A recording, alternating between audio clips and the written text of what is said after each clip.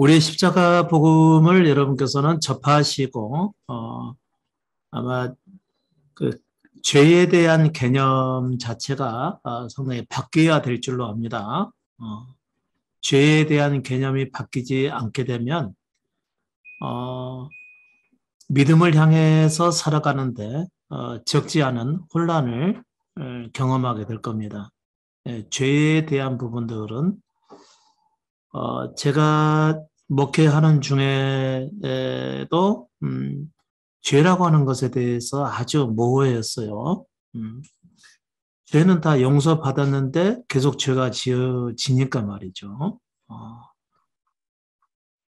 그리고 과연 아무런 그 잘못이 없이 살아가는 것이 그러면은 의인인가? 그것도 아닙니다. 우리는 죄에 그러게 되면은 잘못된 일을 죄라고 얘기를 하게 되죠. 그러나 우리는 그 잘못된 것만을 죄라고 생각지 않고요. 성경의 진리는 하나님을 떠나서 살아가는 것을 죄라고 하는 거죠. 그것을 분명하게 깨닫기까지는 여러분께서는 죄에 대해서 결코 자유롭지 못할 것입니다. 죄라고 하는 것은 이미 하나님을 떠난 상태에 있는 것을 죄라고 그러죠.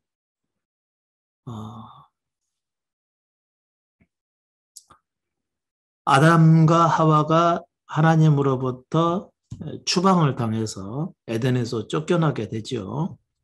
그러면 그 아담의 생명을 가지고 세상에 태어난 모든 사람은 그가 무슨 죄를 짓기도 전에 그는 이미 죄인으로 탄생을 하는 겁니다. 그가 선한 삶을 살고 거룩한 삶을 산다 하더라도 사람들끼리는 좋겠지만 하나님께는 그냥 여전히 죄인의 삶이라는 거죠.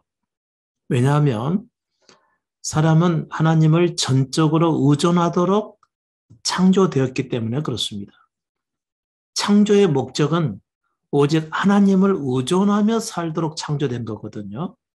그러니까 우리가 어떤 물건을 만든다고 했을 때, 내가 어떤 필요에 의해서 이 물건을 만들었고, 이 물건이 그 필요에 따라서 쓰임 받았을 때 적절한 쓰임새가 되는 것이겠죠.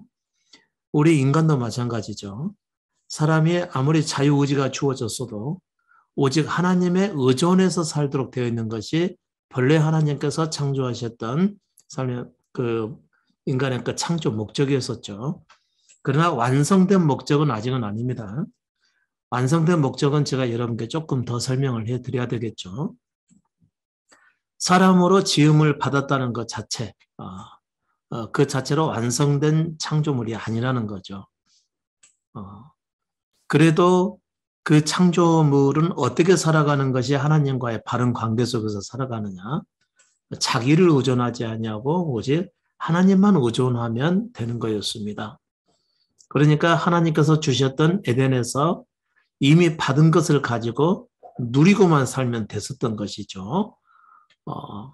열린 열매를 먹고 그 다음에 어디에나 있는 양식을 자기 원하는 대로 거두어서 먹고 또 그 안에서 다스리고 즐거워하면서 하나님과 함께 살아가는 것, 이것이 본래 이제 하나님께서 인간을 창조하셨을 때의 모습이었죠. 그러나 그 모습은 결코 완성된 모습은 아니었습니다. 완성된 모습은 이후에 창조의 완성으로 이어지게 되는데 반드시 그 전에는 거쳐야 될 과정이 있어야 했죠. 그 창조받은 흙으로 창조받은 인간이 그 자체로는 흙이잖아요. 그 자체로는 흙인데 하나님께서 그 코에 생기를 불어넣어 주시니까 생령이 되었다고 그랬습니다. 생령. 살아있는 영을 가진 자가 되었다고 했는데 그렇다고 해서 그가 완전히 살아있는 자냐? 그런 의미는 아니죠. 이후에 그 영 안에 하나님을 생명으로 모실 때에 그가 비로소 창조가 완성이 되는 것입니다. 그러니까 태초의 사람 아담과 하와는 하나님께로부터 창조를 받았지만 그러나 여전히 흙에 속한 자였고요. 처음 창조됐을 때는 오직 하나님만을 의존하도록 살게 되어 있었는데 후에 하나님께서 먹지 말라 했던 선악을 알게 하는 실과를 먹음으로써 죽게 되었던 것이죠. 하나님께서 너희가 그 과실을 먹는 날에는 정령 죽으리라고 했던 것처럼 흙으로 된 사람이 뭐가 자신에게 좋고 나쁘냐를 아는 선악을 분별하는 지식을 갖게 된 것 그 자체가 곧 죽음에 해당하는 거였습니다. 그랬을 때에 저들은 사단의 어떤 권세 아래 들어가게 되었고요. 그리고 후에 에덴에서 쫓겨나서 다시는 생명나무로 돌아올 수 없도록 그 길을 두루 도는 화영검으로 지켰다고 말씀을 하신 것이죠. 이 창조 이야기가 지금 다른 사람 얘기가 아니고 여러분은 여러분 자신에 대한 말씀이라고 여기지 않으신다면 예수 믿는 믿음이 결코 풀리지 않을 거라고 생각을 합니다.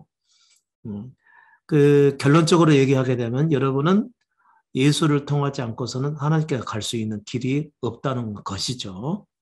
그런데 우리가 예수를 믿고 교회를 나가는 것 자체를 이미 그런 예수 그리스도를 믿는 것이라고 생각을 했었던 것이죠. 근데 그건 예수 믿는 게 아닙니다. 단지 예수께서 하나님의 아들이심과 사람들의 모든 죄를 대신해서 십자가에 죽어주신 것을 내가 지적으로 동의하는 것일 뿐이지, 뭐 자신의 완전한 죄 가운데 있다든가, 무엇을 행한다 하더라도 죄인이라는 사실을 인식했다거나, 이런 게 결코 아니라는 거죠.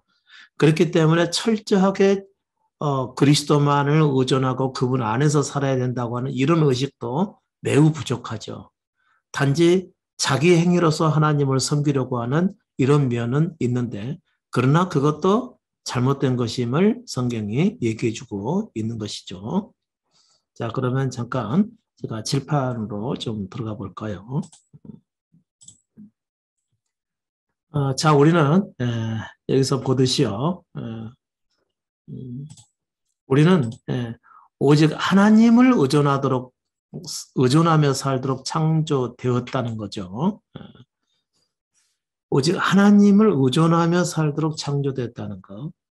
자신이 어떤 그 노력이나 지혜나 힘이나 능력을 발휘하면서 살도록 되어 있는 것이 아니고요.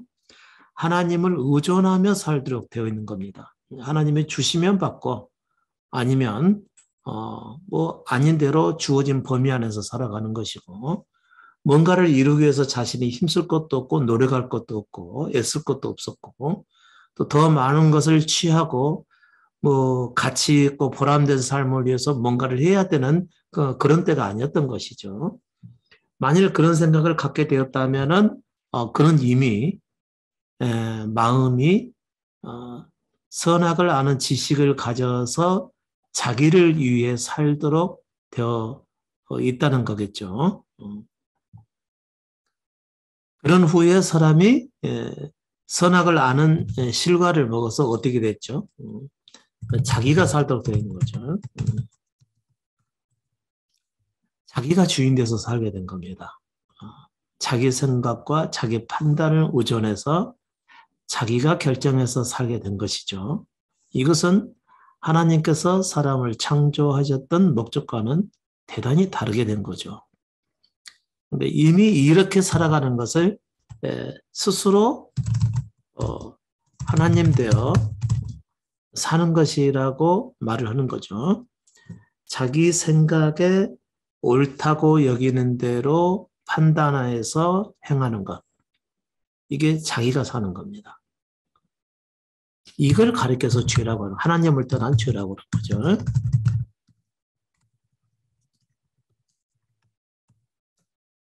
그러니까 죄에 대한 개념이 바뀌어야 되는 것이죠. 제가 왜 창조 얘기를 이렇게 하게 됐냐면요. 원래 인간을 향한 하나님의 뜻은 오직 하나님만을 의존하며 살도록 창조가 되었다는 것인데 선악을 알게 하는 나무의 실과를 먹음으로써 자기를 위해서 자신이 어떻게 살아야 되느냐라고 하는 어, 그 죄에 빠져버리게 된 것이죠. 그러니까 뭐가 죄냐면 내가 나를 위해서 어떻게 살아야 할까? 이거 죄일까 아닐까요? 죄가 되겠죠. 하나님을 의존해서 사는 자가 하나님이 없어져 버린 거잖아요. 이렇게 살다가는 나중에 어떻게 살게 되는 것일까? 죽도밥도 안 되겠지? 이렇게 살다가는 안 돼. 뭔가를 해야만 돼. 라고 생각해서 거기에, 그러면 어떻게 해야 되는 것인지 홀로 고민하다가 그 판단에 의해서 결정해서 사는 것을 뭐라고 그러죠? 하나님을 떠난 죄의 삶이라고 얘기를 한다는 것이죠.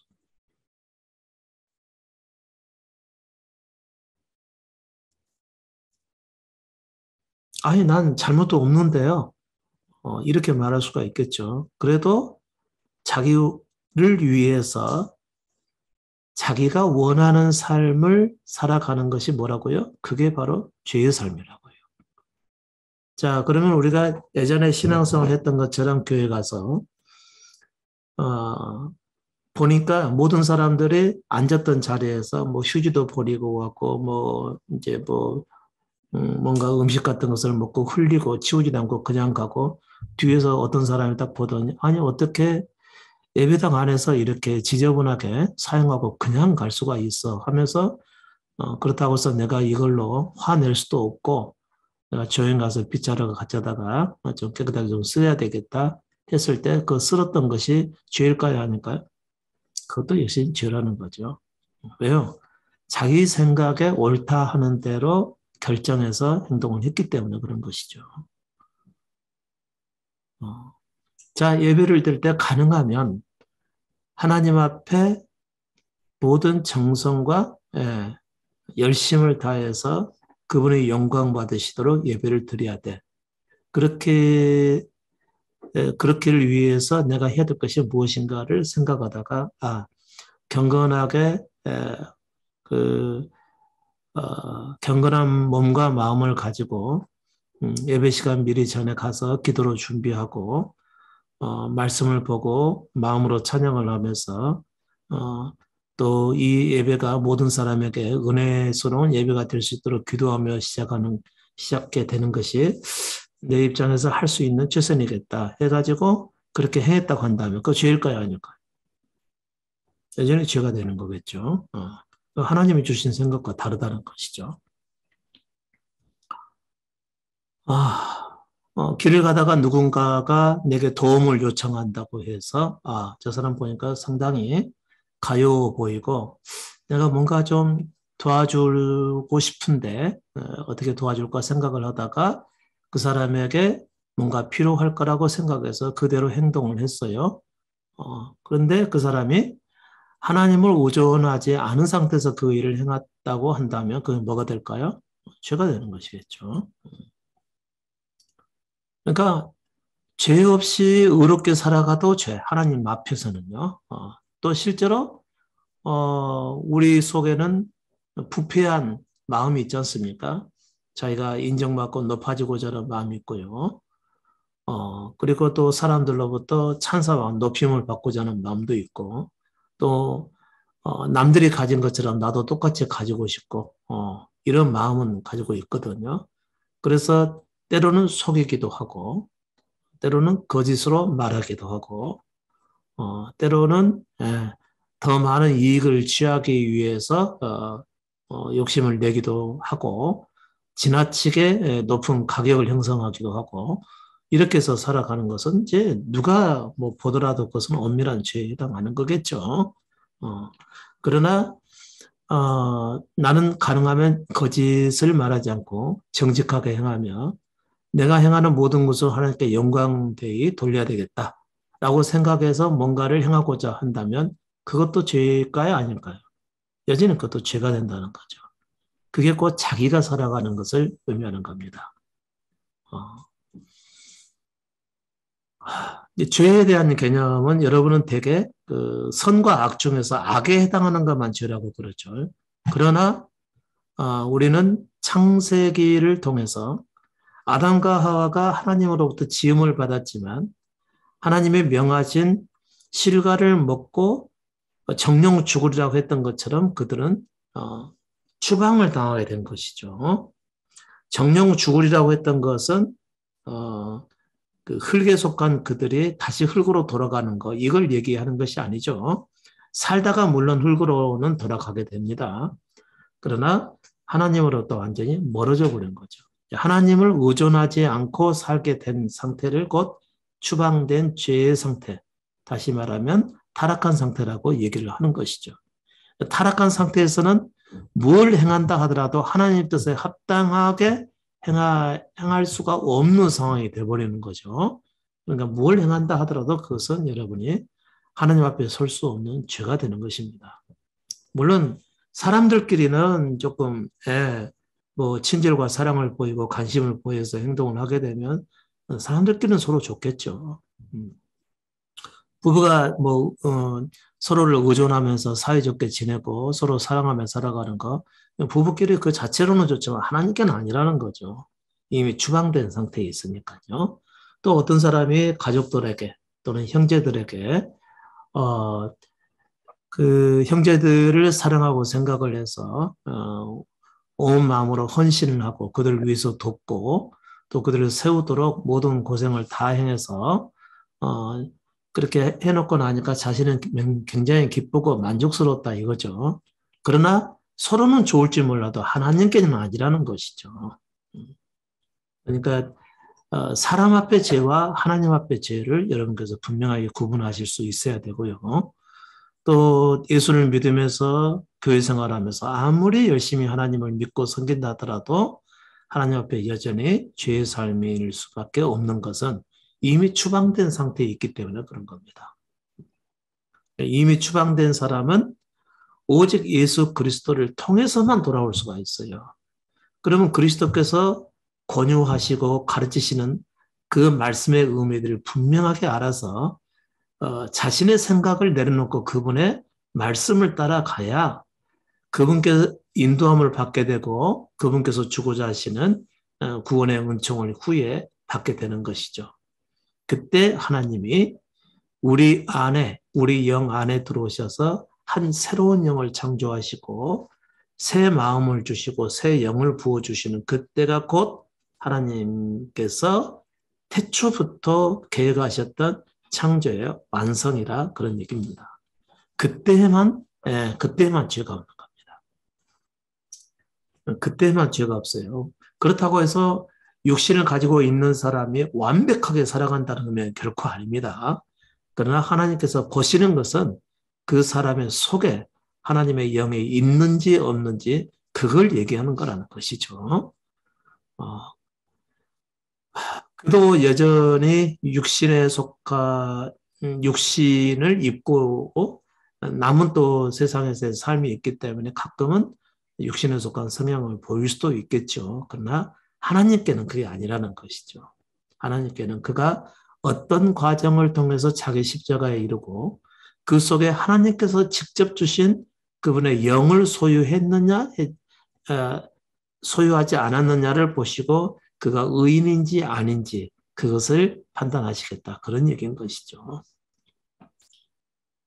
그러니까 어떻게 보면은 하나님의 영을 소유하지 않고 거룩하게 살려고 하는 사람이 하나님의 영을 소유하고 육신에 속한 삶을 살아가는 사람을 향해서 오히려 판단할 수 있는 그런 상황까지 올 수도 있겠죠. 마치 육신에 속한 이스라엘 백성들, 유대인들이 하나님의 아들로 오신 예수 그리스도를 판단하고 죽였던 것처럼 말이죠. 자신들을 더 어렵게 여기는 그런 모습을 가질 수가 있다는 얘기죠. 거기까지 포함해서 타락한 인간이라고 얘기를 하는 것이죠. 그러니까 죄에 대한 개념이 여러분께서는 완전히 바뀌어져야 되는 것을 의미하는 거죠. 저도 신학교에서 배우고 목회생활을 할 때까지 죄라고 하는 것은 관역을 벗어난 것을 이제 죄라고 얘기를 했죠. 원래 죄라고 하는 뜻은 관역, 화살을 쏘는 자가 이 관역에다가 맞춰서 살아가야 이것을 의라고 얘기를 하는 것이고, 이 관역을 벗어나서 살게 되는 것을 뭐라고 그러죠? 이걸 죄라고 그런 거죠. 이렇게 배웠지. 이 의미가 실제로 무엇인지는 배우지 못했었어요. 이 의미를 몰랐던 거죠. 단지 죄의 개념이 이렇다라고 하는 것이었었죠. 이 정도만 가지고서는 뭐가 죄라고 하는 사실을 모르는 거죠. 그래서 배웠어도 여전히 자기 생각에 옳다 여기는 대로 하나님을 섬기고 살았던 것입니다. 그리고 어떻게 해서든지 열심과 충성을 다해서 교회를 불려가는 것, 내가 속해 있는 교회를 불려가는 것, 이게 곧 하나님 앞에 충성이라고 생각을 했었던 것이죠. 그러나 그것조차도 여전히 뭐라고요? 자기 생각에 옳다 여기는 대로 행했기 때문에 하나님을 떠난 행위라고 하는 사실이죠. 성경 보고 찬송하고 하나님 앞에 기도하고 예배하고 이렇게 행한다고 해서 하나님께서 의로 보시지 않는다는 얘기입니다. 여전히 그것은 죄로 보신다는 거죠. 내가 예수 그리스도를 믿으니까 그리스도께서 십자가에서 나의 모든 죄를 다 용서해 주시고 죽어주셨고 나는 그것을 믿고 이미 죄 용서 받았습니다. 할렐루야. 그리고 주님을 위해서 하나님을 향해서 열심히 있고 충성된 삶을 살아가는 거예요. 죄일까요? 아닐까요? 여전히 죄라고 하는 것이죠. 왜요? 뭐가 문제가 되죠? 생명이 그대로잖아요.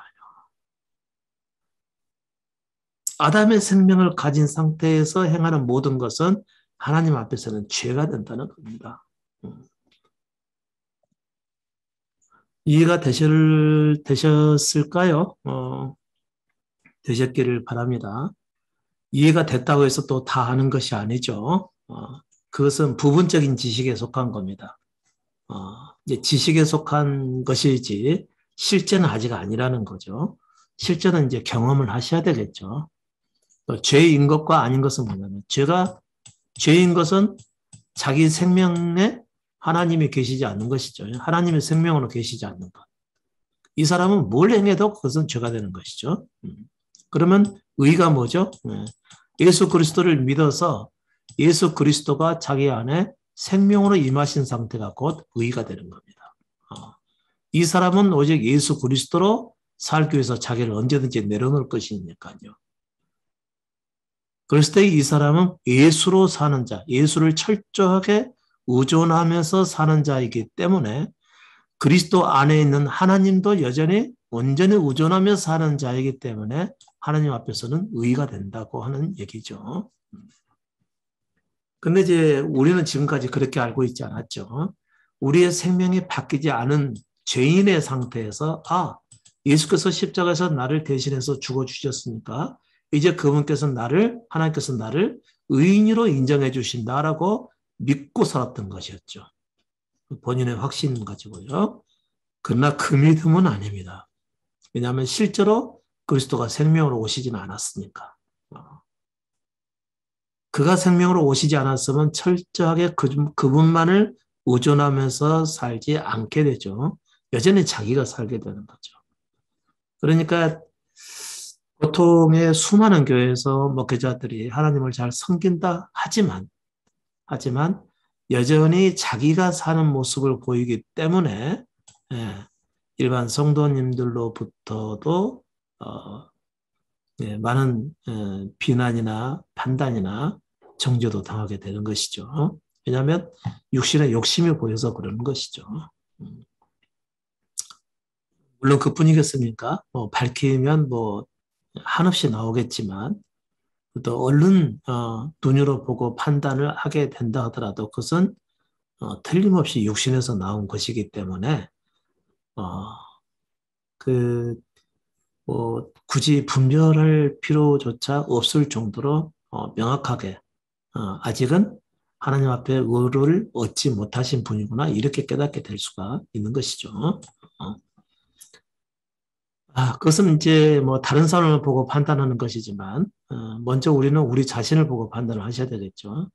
내가 전적으로 그분을 의존하면서 살아가고 있느냐 아니냐에 따라서 죄와 의가 달라지게 되는 것입니다. 그러니까 지금도 제가 이 말씀을 드리는 것은 혹시라도 여러분이 이 복음을 듣게 되면서 어떻게 해서든지 다른 사람 앞에 선을 행하려고 하거나 어떻게 해서든지 다른 사람에게 친절과 사랑과 또 관심을 베풀려고 하거나 또 자기 생각 안에서 섬김을 베풀려고 하거나 이런 것이 하나님 앞에서 결코 의의가 아니라고 하는 사실을 아시라고 지금 드리는 말씀입니다. 그것은 자기 쫓아가 살아가는 겁니다. 실제적으로. 하나님 앞에서는 여전히 의의가 아니고 의의가 아닌 것은 뭐 때문에 그런 거죠? 여전히 자기가 살게 되어 있으니까 그런 거죠. 우리가 사는 것은 뭐죠? 우리 존재가 죄인이잖아요. 하나님을 떠난 타락해버린 죄인이기 때문에 늘 하나님의 뜻과 상관없이 자기 뜻에 합당한 삶을 살게 되어 있는 것이죠. 그러니까 의의를 행하더라도 혼란스럽고 의의를 행하더라도 좋은 결과를 보지 못하게 되고 의의를 행하더라도 만족스럽지 않게 되고 내가 저 사람을 사랑해서 잘 대주었건만 저 사람은 나의 등에 비수를 꽂고 이제 나를 떠나더라. 이런 아주 가슴 아픈 상황들을 많이 경험하게 되는 것은 뭐죠? 그것은 내가 하나님을 믿기 때문에 당하는 고난인가 이렇게 생각하실 수도 있는데 아닙니다. 그것은 처음부터 죄인인 자기 생명으로 살았기 때문에 그런 것입니다. 그래서 우리는 창세기를 조금 좀 살펴볼 이유가 있죠. 자, 사람은 오직 하나님을 의존하며 살게 되어 있는데 하나님을 의존하며 살지 않는 삶이 곧 죄인의 삶이라는 거죠. 그러면 어떻게 해야 도대체 하나님을 의존하며 살아가게 되느냐? 이미 타락해버린 우리 존재가 자기 생명으로 살기를 내려놔지고 자기 속에 그리스도가 생명으로 오셔야지만이 가능한 일입니다. 그렇지 않으면은 여전히 하나님을 떠난 죄인의 상태에서 살게 되어 있는 것이죠. 아무리 성경을 보고 뭐 참다운 예배를 드리기 위해서 힘쓰고 또 하나님의 사랑과 비슷한 사랑의 삶을 살기 위해서 사랑을 실천하며 산다 하더라도 여전히 그 사람 속에서는 죄인인 자기가 사는 죄인의 삶이 나타나게 되어 있는 것이죠. 가끔 여러분께서 TV를 보게 되면 어떤 사람이 장애인들을 위해서 복지시설을 마련해두고 그 안에서 장애인들을 섬기면서 사는 좋은 치료 시작을 했다가 나중에 흉한 소문들을 많이 듣게 되지 않습니까? 뭐, 뭐 이제 어린 학생들과의 뭐 성적인 접촉 뭐 이런 문제로 얼마나 자주 TV에 그동안 많이 나왔을까요? 그렇다고 해서 그 사람이 처음부터 그런 마음을 품고 시작한 것은 결코 아니었겠죠. 그렇게 해서 어렵고 힘든 사람들을 도우면서 살아가는 것을 가치로 여기고 살았던 것이었는데 그것이 하나님을 전적으로 의존해서 시작되는 것이 아니고 자기 생각에 옳다고 여겨서 시작된 일이기 때문에 자기 안에 악한 부분이 나중에 드러나게 되는 것이죠. 잠재했던 것이 드러나게 된 거죠. 좋은 일을 위해서 시작했던 그 일이 자기 속에 잠재했던 악도 나중에 또 드러나게 돼서 그런 일들을 보이게 된다는 것이죠. 그분들만 그러겠습니까? 일반 교회에서 목회하시는 분들도 마찬가지죠. 자기 생명에 내려놔지지 않는 상황에 있어서는요, 반드시 좋은 의도로 교회를 담임하고 하나님 말씀을 전하고 복음을 전하지만 그렇다고 해서 그 복음이 또 온전한 복음도 아니고요. 그렇게 하더라도 자신이 살도록 하는 자기 생명을 완전히 내려놔진 적이 없으신 분들은 죄인이 알고 있는 악에 해당하는 부분도 같이 나오게끔 되어 있는 겁니다. 그러니까 사람은 오래 사귀어봐야 안다고 그러잖아요. 오래 살다 보면은 거기서 흠과 티를 볼 수밖에 없게 되는 것이죠. 결국은 사람이 자기 노력으로서 거룩하게 살려고 하는 어떤 애씀이나 어떤 노력이나 헌신 이런 거였지. 그렇다고 해서 하나님이 그를 그렇게 거룩하게 살게 하셨던 것은 아니었다는 얘기입니다. 그러니까 사람 속에서 언제든지 인간의 추악한 모습을 보게 돼 있다고 하는 것이죠. 또 보지 않는다고 해서 또 그 사람이 그러면 하나님 앞에서 바로 선자냐? 그것도 아니라는 얘기죠. 중요한 것은 하나님을 온전히 의존하며 살도록 되어 있는 사람이 사는 사람이 자기 생각에 이렇게 살아야 진정한 믿음의 삶이다라고 생각해서 산다 하더라도 하나님과 상관없는 죄라 이런 얘기를 하는 것이죠. 그러니까 우리에게 희망이 있어요, 없어요? 우리 열심히 희망이 있을까요? 없겠죠. 우리의 기도하고 헌신하고자 하는 삶에 또 하나님께서 받아주실 수 있을까요? 없습니다. 아무리 우리가 복음을 향해서 온 삶을 내던진다 하더라도 우리가 스스로의 생각에 옳도록 살고자 하는 마음을 가졌다고 한다면은 결코 하나님 앞에서 받을 수 없는 일이 된다고 하는 것이죠. 그러면 아무렇게나 살아도 된다는 얘기입니까? 그냥 그렇게 살아보세요. 그렇게 되면 무슨 결과를 얻게 되죠? 사람들끼리 그러면 아무렇게나 한번 살아보세요. 그 결과는 전부 자신이 져야 되겠죠. 사람들 가운데서도 그 험한 꼴을 보지 않으시려면 또 예의도 지켜야 되고 도리도 지켜야 되고 또 또 섬김을 받았으면 한 번 더 섬기고 또 한 번 얻어먹었으면 또 갚기도 하고 이런 서로의 소통이 있을 때 서로 사이좋게 지내지게 되는 것이고 그걸 지키지 못하게 되면은 사람들로부터 따돌림을 받게 되고 뭐 그렇게 되는 거겠죠. 그러니까 사람들 사이에서도 어떻게 하면 질서와 도리를 잘 지키며 살아가야 이제 거의 정상적인 삶인데 그러나 그렇게 선하게 산다고 해서 하나님께 바로 서는 것은 결코 아니라는 사실이죠.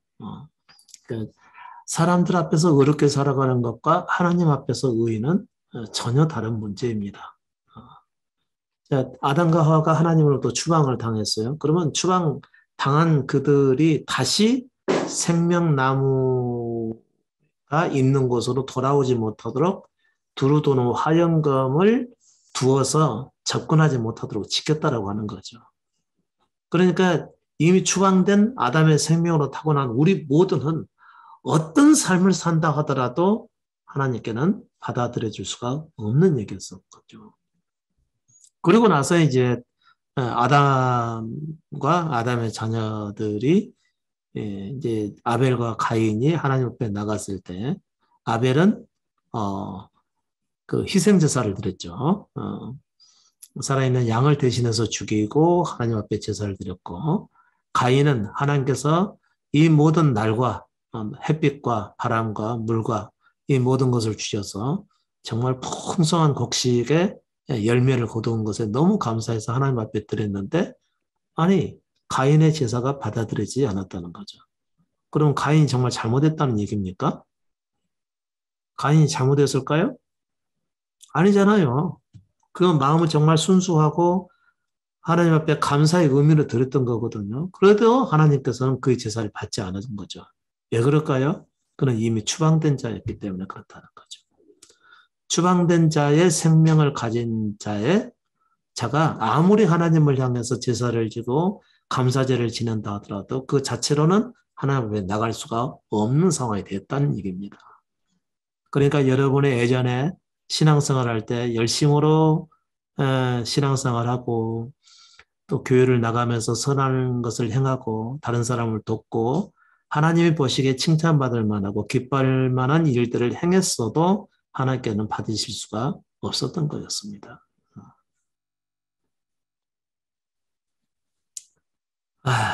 참 이런 말씀을 들었을 때 우리는 어떤 생각이 들어야 정상일까요? 뭐 정신이 번쩍 나야 되겠죠.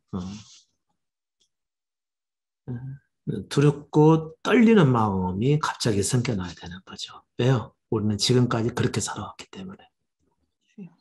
그래서 제가 지난 그 수요일 날 새하늘과 새 땅에 대해서 이렇게 말씀을 드렸습니다. 새하늘과 새 땅에 대해서는 말씀을 드렸죠. 새하늘과 새 땅은 언제 오죠?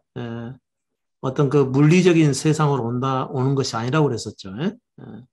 뭐 하늘에서 예수 그리스도께서 오셔가지고 뭐 밝고 환한 새로운 세상이 뭐 도래를 한다든가, 안 그러면 내가 그 세상으로 끌어올려져서 거기서 하나님이 계시는 보좌와 뭐 수많은 보석과 또 아름다운 또 뭐 여러 가지 아주 찬란한 물질들로 만들어진 집이 있다거나 끝이 없는 너무너무도 말할 수 없는 아름다운 꽃이 널려져 있는 그런 것이 천국이라든가 이런 게 아니라는 거죠. 새 하늘과 새 땅, 성경에 나와 있는 새 하늘과 새 땅은 뭐라고 그랬죠? 그냥 우리가 살고 있는 세상에 그냥 찾아오는 것입니다. 물리적으로 도래한다는 것이 결코 아닙니다. 우리가 볼 수 있게 온다는 것도 아니고요. 만져지게 오는 것도 아니고요. 우리가 어느 한 구역에 들어가서 살아가는 것도 아니고요. 끌어올림 받는 것도 아니라고 그랬어요. 새 하늘과 새 땅은 어떤 거였죠? 우리가 사는 세상 그대로에서 단지 뭐가 달라지는 거죠? 우리의 영이 달라지는 거죠. 아담의 영을 가지고 죄인에 속한 자가 그리스도의 영을 받아 산 영을 받아서 의인이 되고 그 소속은 하나님의 나라가 되겠죠. 그리스도의 영이 우리 가운데 임하게 되면 그동안 내가 살아왔던 힘겹던 세상이 힘겹고 고통스러웠고 기쁨이 없었고 너무도 마음에 고통이 있었고 아픔이 있었던 이 세상이 순식간에 새하늘과 새 땅으로 바뀌어버린다는 거죠. 우리의 죽은 영 안에 산영이신 그리스도의 영이 우리 안에 들어오게 되면 내가 살고 있는 삶의 현장이 순식간에 바뀐다는 거죠. 물질은 그대로이죠. 물질은 다 그대로예요. 집도 그대로, 뭐 우리가 사용하는 살림도 그대로, 쓰던 물건들도 다 그대로, 다니던 회사도 그대로, 주변에 만나고 또 이게 가족관계로 형성된 모든 사람도 다 그대로인데 내게는 전혀 다른 세상으로 바뀌어버린다는 거죠. 이것을 새하늘과 새 땅이라고 말씀을 드렸었죠.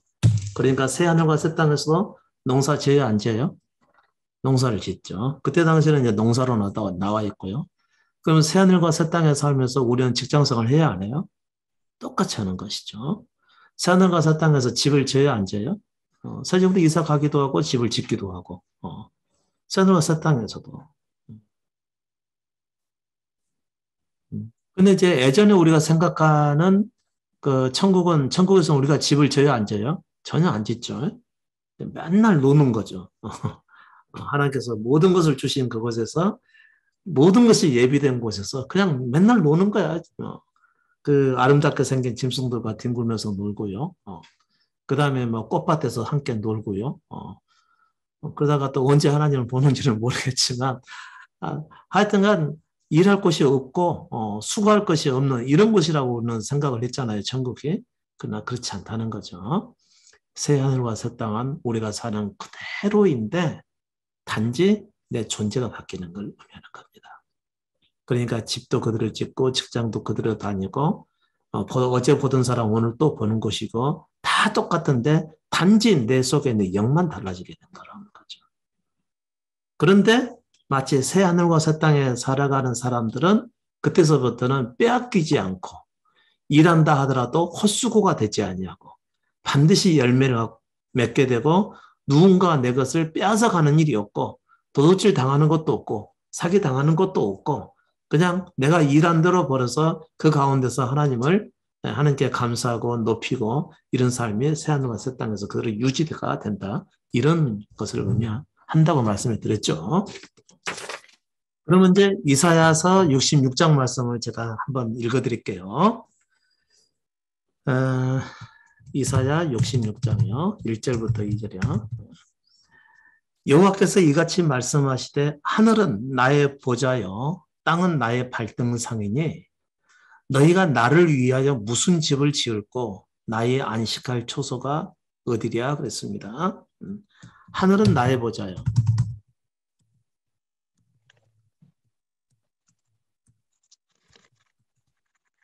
땅은 나의 발등상. 너희가 나를 위해 무슨 집을 지을고 나의 안식할 처소가 어디 있느냐.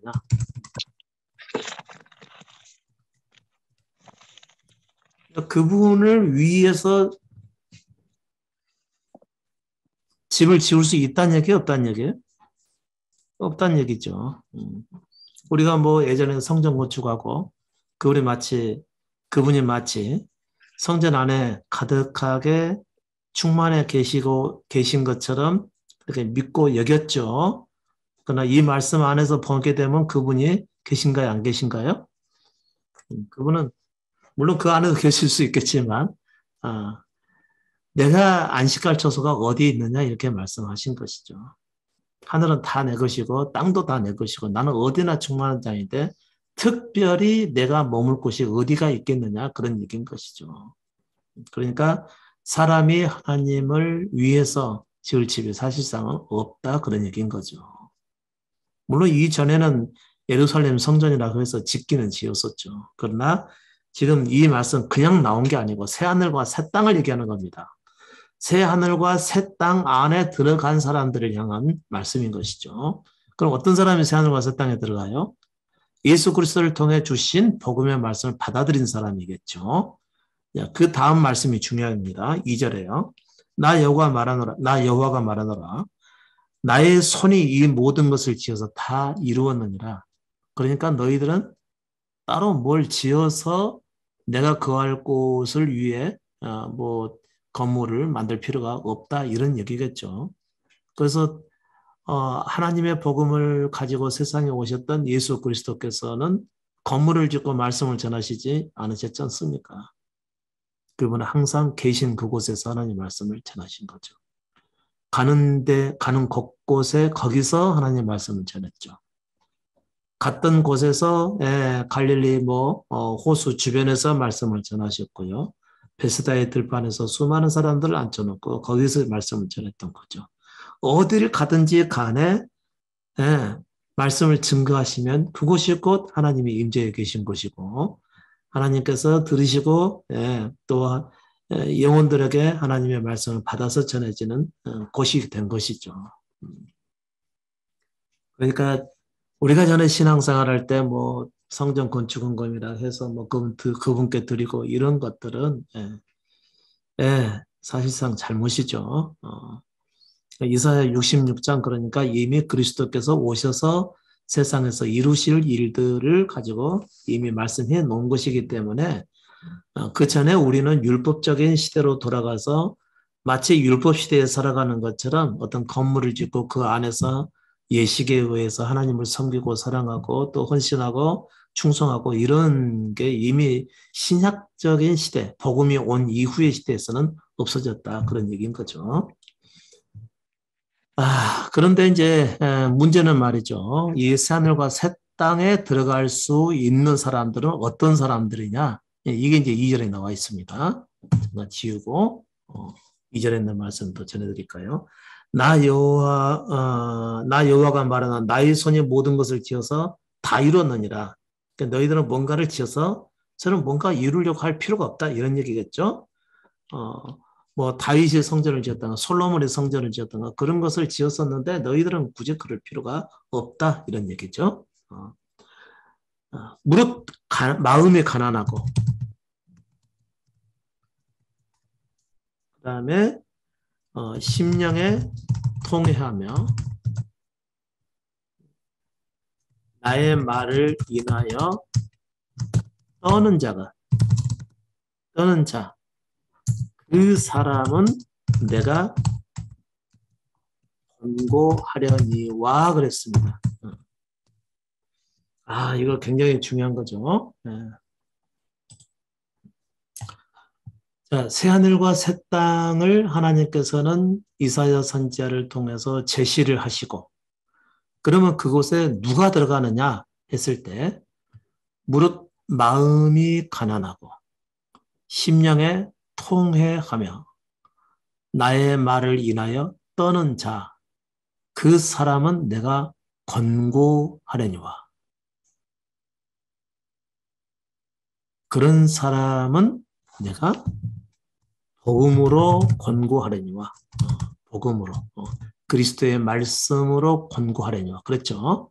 하나님께서 그리스도를 통해서 우리에게 말씀하셨기 때문에 그리스도를 통해서 주시는 그 말씀으로 우리에게 권고하신다는 거죠.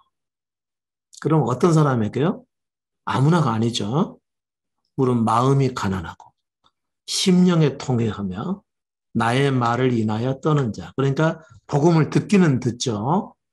복음을 듣기는 듣는데 그 말씀을 딱 듣고 나니까 떨림이 찾아왔다는 거죠. 자, 어떤 경우인지 이걸 좀 조심하게 우리가 살펴볼 필요가 있죠. 그래서 예수께서 마음이 가난한 자는 복이 있나니 천국이 저희 것이며 그랬습니다. 그렇다면은 마음이 가난하지 아니하면 하나님의 권고를 받을 수 있나요? 없나요? 없다는 거죠. 또 심령에 통회하지 않으면 그의 권고를 받을 수가 없다. 그 다음에 예수 그리스도를 통해 주시는 하나님의 말씀을 인해서 떠는 자가 아니면 그 사람은 이미 하나님의 권고를 받지 못하는 것으로 나와 있다는 것이죠. 자, 그러면 도대체 마음이 가난한 것이 뭘까요? 마음이 가난해.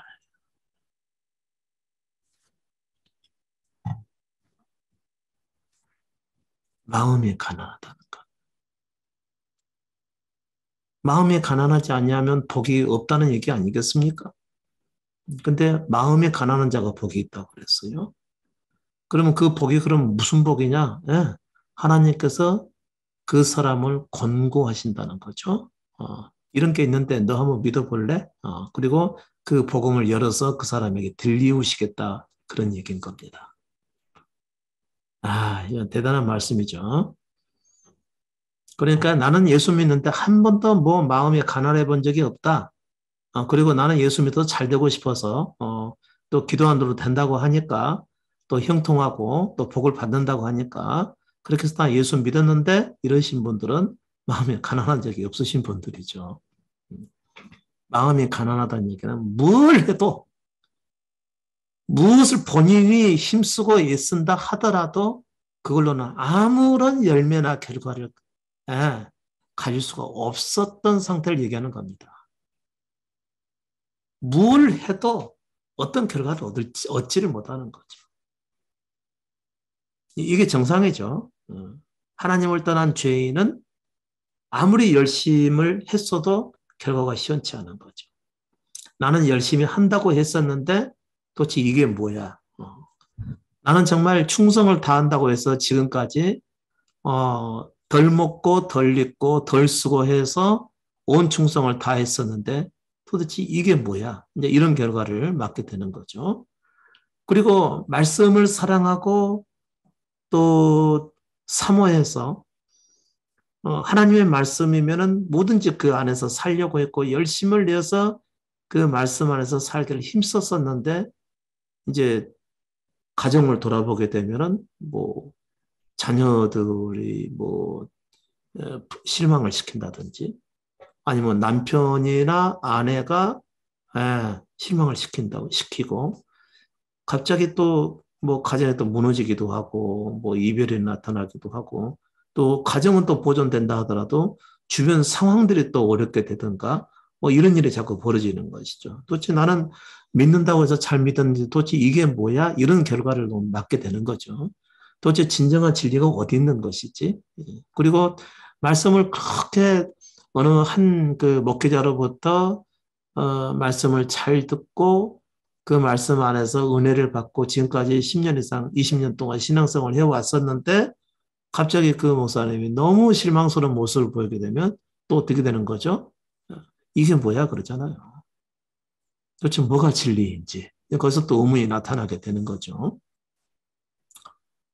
제 친구도 뭐 서울에 목동에 있는 큰 교회에서 이제 지금 장로로 이렇게 활동하고 있는데 그 친구도 그 전에 있는 예, 어떤 그 목사님이 계시는데 그 목사님 그렇게 참 좋아하고 잘 따랐었어요. 벌써 20년 전에도 제게 그런 얘기를 했어요. 내가 지금 마음이 무지무지하게 뜨겁거든 그런 얘기를 하더라고요. 그땐 참 그 교회가 잘 나갔을 때였죠. 근데 갑자기 뭐 횡령 사건이니 뭐 여러 가지 그 불미스러운 사건들 막 터지니까 이 친구가 갑자기 혼란스럽게 된 것이죠. 그리고 이제 성형외과 이제 원장으로 있는데 일단 병원 일을 다 내려놓고 혼자 기도원에 들어가게 된 거죠.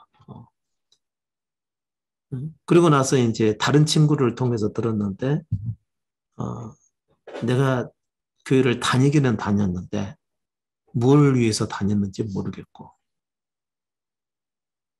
내가 구원받았다고 그렇게 확신을 했는데 이제는 구원이 뭔지도 모르겠고 이제 이런 상태가 되는 거죠. 그러나 그것은 의문의 상태, 이제 가난한 상태는 아닙니다. 가난한 자는 진정한 진리를 또 찾게끔 되어 있습니다. 근데 그 친구는 그 이후로 그냥 그 교회에 그냥 그대로 안착하게 된 거죠. 직분도 있고 그런 거니까 쉽게 떨칠 수가 없겠죠. 그러나 진리를 향한 마음이 가난하고 더 깊잖아요. 그러면 찾아서 떠나게끔 되어 있습니다. 그리고 이제 그 친구에게 제 책도 한번 보내준 적이 있었는데 보지는 못해요. 그렇겠죠. 예. 친구인데다가 또 본인이 그렇게 이미 뭐 훌륭한 교회를 다니고 있다고 생각을 한 데다가 뭐 그리 안 들었겠죠. 또 복음의 말씀을 들을 수 있을 정도로 그는 마음이 가난한 상태는 아니었었습니다. 왜냐하면 자신의 믿음에 대해서 확신하고 있었기 때문에 그런 것이겠죠. 그런 것은 참된 진리를 찾는다 하더라도 자기 마음에 현재 나는 바르게 살고 있어. 하나님 앞에 거룩하게 살고 있어. 나는 죄 없이 살고 있어. 이와 같은 자기를 자부할 만한 그런 상황 속에 있는 사람들은요, 절대로 마음이 가난해지지가 않습니다. 그러나 정말 마음이 가난한 사람은 예, 길을 잃어버리게 되는 거죠. 내가 이거밖에 아니었어? 자기를 보게 되는 거죠. 내가 그렇게 힘써 하나님을 섬겨왔었는데 나 겨우 이런 존재였어? 도대체 진리가 뭐지? 도대체 진정한 믿음이 뭘까? 이러면서 이제 찾는 것이겠죠. 그래서 진정한 진리를 듣고 만족하기까지 계속 찾게 돼 있는 상태를 바로 마음이 가난한 상태라고 얘기를 하는 것이죠. 사람이 하나님을 향해서 살아가는 데는 한계가 있습니다. 반드시 한계가 있어요. 아예 한계를 깨닫지 못하고 그 안에서 안주해버린 사람들이 거의 대부분이지만 그러나 하나님께서 부르시는 분들은요. 마음의 만족함이 생겨나지 않으니까 늘 구하는 마음이 생겨나게 되겠죠. 그래서 그게 가난한 상태를 얘기하는 겁니다.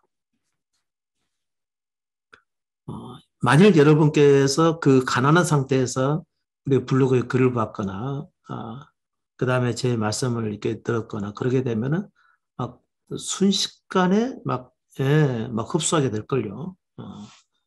이게 맞냐 틀리냐 이런 것도 따져지지 않도록 그냥 말씀이 받아들여지게 될 겁니다. 그 상태로는 가난한 상태라고 얘기하는 것이죠. 아, 맞아. 이건 내가 찾고 찾았던 그 진리의 말씀이야. 그러면서 뭐 맞냐 틀리냐를 이게 따져보기도 전에 막 흡수하게끔 되어 있는 상태죠. 그런 사람은 내가 권고하려니와 그런 거죠. 그 상태에 이르러서 마음이 가난한 상태까지 갈 때까지는 얼마나 삶이 고단했겠어요. 잘 되어지는 일도 없고 한다고는 했었는데 결과는 없고, 음, 마음은 너무 공허하고, 열심히는 살아왔었는데 이룬 것은 하나도 없는 것 같고, 어느덧 돌아보니까 뭐 중년, 뭐 노년이 되어가고 있고, 아무것도 이룬 것도 없이 내가 이렇게 살다가 언제까지 살다가 이렇게 끝나는 거 아닌가 하면서 갑자기 마음에 쫓기는 마음이 생겨나기도 하고 그렇게 되죠. 그러면서 우러러 하늘을 우러러 주여 나를 불쌍히 여기소서 하는 마음으로 도대체 내가 드려야 될 진정한 진리가 어디 있습니까? 라고 하면서 정말 낮고 낮아진 가운데서 진정한 진리라면 내가 언제든지 받겠습니다라고 하는 그 상태가 곧 가난한 상태라는 것이죠. 그런 사람은 내가 권고하겠지만 아직 그 자리에 이르지 못한 사람에게는 권고하신다는 얘기가 없네요. 그러니까 만일 가난한 상태에서 이 말씀을 듣지 아니하면 여러분 결코 안 들릴 것입니다. 안 들려요. 뭐 똑같네 이렇게 말씀하시겠죠. 뭐 듣기는 듣는데 맞기는 맞는 것 같은데 엄청 헷갈리는데 이렇게 이제 판단하겠죠. 하겠죠.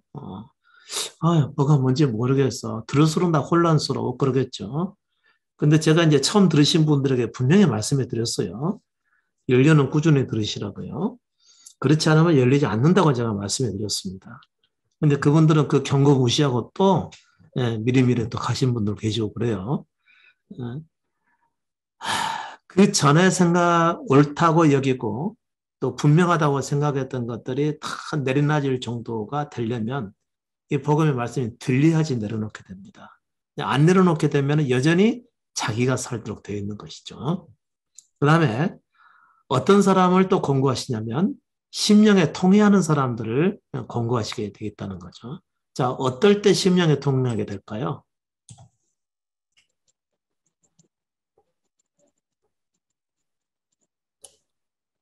자기 생각에 맞다고 해서 살았는데, 자기 생각에 옳다고 여겨서 살았는데, 그게 아니었다는 것을 깨닫게 될 때 심령에 통해하게 되는 것이죠. 자기가 맞다고 생각하는 것에 모든 삶을 갖다 내던져서 모든 것보다도 우선해서 그 일들을 이루고 살아왔었는데 그게 아니었다는 것을 알게 되면 심령의 통해가 되게 되어 있습니다.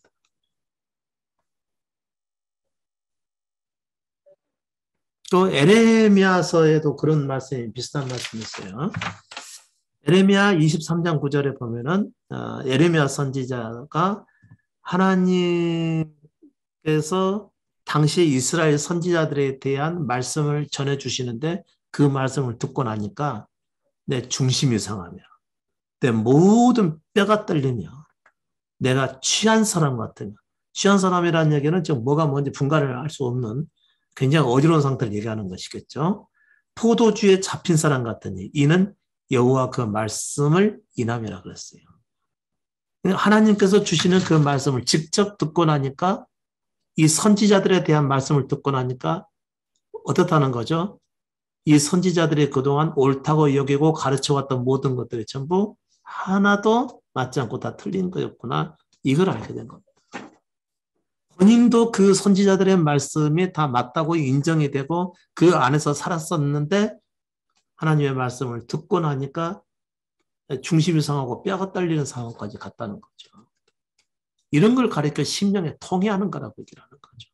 아, 내가 살아온 모든 삶이 틀렸었구나. 이거 잘못됐었구나. 라고 했을 때가 심령에 통해하는 것입니다.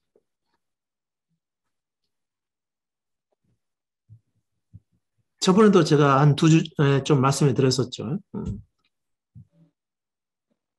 정말 그리스도를 향해서 온 힘을 다해서 섬기고 모든 거 우선으로 교회와 말씀과 뭐 믿음 우선으로 살아왔었는데 어느 한순간 제가 원하지 않았던 행동을 하면서 그동안 쌓아왔던 모든 것이 다 무너지는 것을 경험한 그때의 심령의 통해가 일어나게 된 거죠.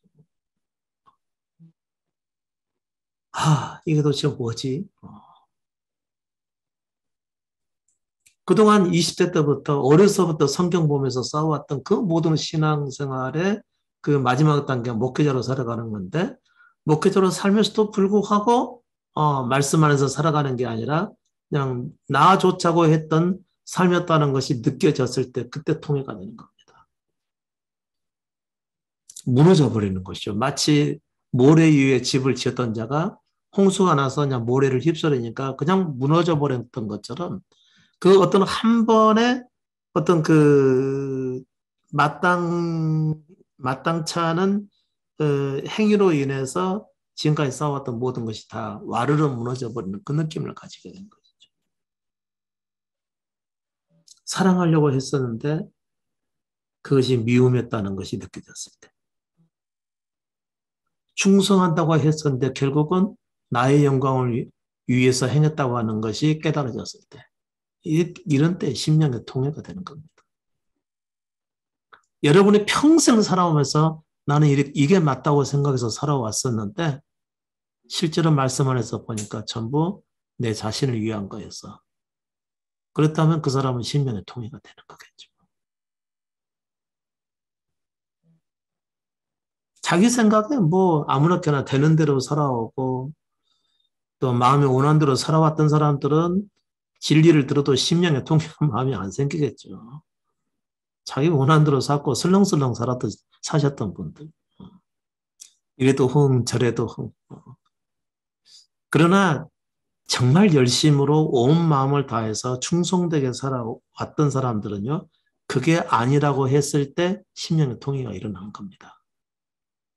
내 나이가 벌써 50대, 60대가 다 됐는데 그동안 내가 살아왔고 싸워왔던 모든 삶이 다 잘못이었다니 이때 심령의 통해 안 되겠습니까? 깨닫게 되면요. 그런 심령의 통해하는 사람은 내가 권고하려니와. 야, 엄청난 말씀이죠. 그러니까 아무나 뭐 예수 믿고 교회 다닌다고 해서 믿는 사람 아닙니다. 물론 그 교회도 제가 말하는 교회하고는 전혀 다른 율법적인 교회지만 말이죠. 그 다음에 나의 말을 인하여 떠는 자. 나의 말을 인하여 떠는 자. 그 사람은 내가 공고하는 자. 여러분 예수 그리스도의 말씀을 들으시면서 혹시 떨어보신 적 있습니까? 저는 이런 말씀 하나 보더라도 그냥 떨리대요. 나와 복음을 위하여 집과 부모와 형제와 배우자와 자식을 버린 자는 영생을 얻고 이런 말을 들었을 때 떨려버리죠. 아니 나 그렇게 버린 적 없는데 아니 그러면 나 영생 못 받았다는 얘기 아니야? 안 들리겠어요 여러분? 평생 예수 믿고 나 구원의 확신하고 주님을 위해서 충성되게 살아왔었는데 이제 와서 보니까 나는 그럼 생명이 없는 자였었네. 그리고 나는 이렇게 버리고 살은 적도 없었는데 이게 자기에게 믿어지게 되면은 그거 떨리겠어요? 안 떨리겠어요? 아마 여러분은 뭐 안 떨리는지 모르겠지만 저는 떨려요. 저는 그때 떨렸었고요. 갑자기 그냥 땅이 푹 꺼져 버리는 것 같더라고요.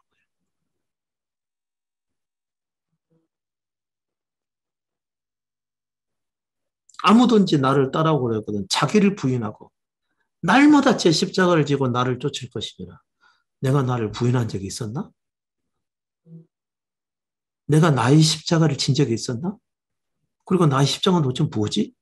나보고 내가 어떻게 하는 것이 나의 십자가를 지는 것일까? 생각하니까 이제 머리가 혼란스럽고 어지럽기 시작한 거죠. 그러면서 도대체 내가 지금까지 뭘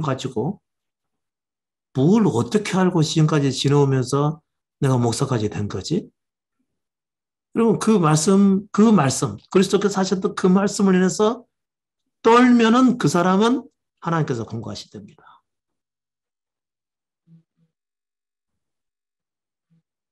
아직까지도 여러분께서 이 말씀들을 들으실 때, 통해도 안 되고, 가난함도 없고, 떠는 것도 뭐 경험되지 않고, 그러시면은 이 복음이 전혀 여러분에게 아마 능력이 되지 않을 겁니다. 하나님도 그 사람은 복음으로 권고하는 일도 없고요. 그러니까 확실하게 우리 십자가 복음을 전하는 이 인조에 오셔가지고 말씀을 들으셨을 때에 복음과 복음이 아닌 것의 차이를 분명하게 알고 떨거나 심령에 통회하거나 마음이 가난해져서 오직 그분의 긍휼을 구하는 마음 자세가 가져졌다면 이미 그 사람은 하나님께서 복음으로 권고한 사람은 맞습니다.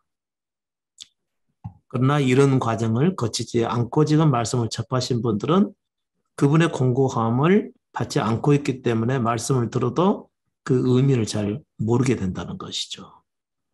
그러나 저는 실망하지 말라고 그랬습니다. 수로보니게 여인이 구했던 것처럼 긍휼을 구하는 것이죠. 주님, 제 눈과 마음을 열어주셔서 깨닫게 하옵시고 이 개와 같은 자를 돌아보셔서 긍휼히 여기시고 그리고 주님의 나라의 말씀이 들려지게 하시고 깨닫게 해달라고 첫째 그 앞에 구하는 것입니다. 그런 자에게 하나님께서는 복음으로 그를 권고하시는 일이 생겨나게 되는 겁니다. 오늘날 예수를 믿는다고 해서 다 믿는 사람이 아니고요. 교회를 다녔다고 해서 믿는 자도 아니고요. 예수께서 내 모든 죄를 다 용서해 주시고 대신 형벌을 받으셨다는 것이 믿어진다 하더라도 아직은 이와 같은 가난하고 통회하고 또는 이런 복음의 말씀을 듣고 이런 과정이 없으셨던 분들은요. 하나님의 권고를 받지 못하게끔 되어 있습니다. 그럼 권고 받은 사람들은 어떻게 되는 것일까요? 당연히 새하늘과 새 땅에 들어갈 이제 자격을 후회는 없겠죠. 이제 예수 그리스도를 따르시면서 계속해서 말씀 안에서 자기를 보고 진리를 쫓게 되어 있으니까요. 그래서 죄라고 하는 것은 하나님을 의존하며 살도록 된 자가 자기 생각에 옳은 대로 살아가는 것이 죄가 된다는 거죠. 잘 들으십시오. 자기 생각에 옳다고 여기는 대로 살아가는 게 죄. 근데 그보다 더 큰 죄가 있죠. 자기가 옳도록 살아가면서 하나님께서 자신을 기쁘게 받으셨을 거라고 생각을 하고 자기와 같지 않는 다른 사람을 보고 멸시할 때 이건 더 큰 죄가 되는 거죠. 그냥 살아도 죄인데 자기 생각에 뭔가 옳은 삶을 살았다고 해서 다른 사람을 보고 멸시를 하고 또 비방을 했다든지 또 그들보다 자신이 더 낫다고 생각을 했다면 그것은 하나님 앞에 결코 피할 수 없는 죄가 되는 것이죠. 그런 사람들은 반드시 하나님께서 보응을 하시겠다고 했습니다. 보응을 하시는데 누구나 다 하는 것 아닙니다. 하나님의 백성으로 부르심을 받을 사람이 그랬다면 보응을 받는다는 것이고 하나님의 부르심과 상관없이 살아가는 사람들은 그냥 살게 됩니다. 어차피 그는 하나님과 아무런 관련이 없는 자니까. 세상에는 하나님과 전혀 관련 없이 살아가는 짐승 같은 자가 있고 또 하나님을 향해서 부르심을 받아서 그 안에서 살고 있는 자가 그 안에서 살게 될 자가 있죠. 그러나 말씀이라고 하는 것은 하나님께서 자기 백성을 향한 말씀이기 때문에 자기 백성으로 되어 있으면서도 불구하고 그런 삶의 자세를 취한다면 그는 반드시 보응을 받게 될 것이라고 하는 얘기인 거죠. 그러니까 죄에 대한 개념이 여러분 분명히 바뀌셔야만 됩니다. 그러니까 자기가 살고자 하시는 분들은 죄의 삶을 떠나서 살아갈 수가 없겠죠.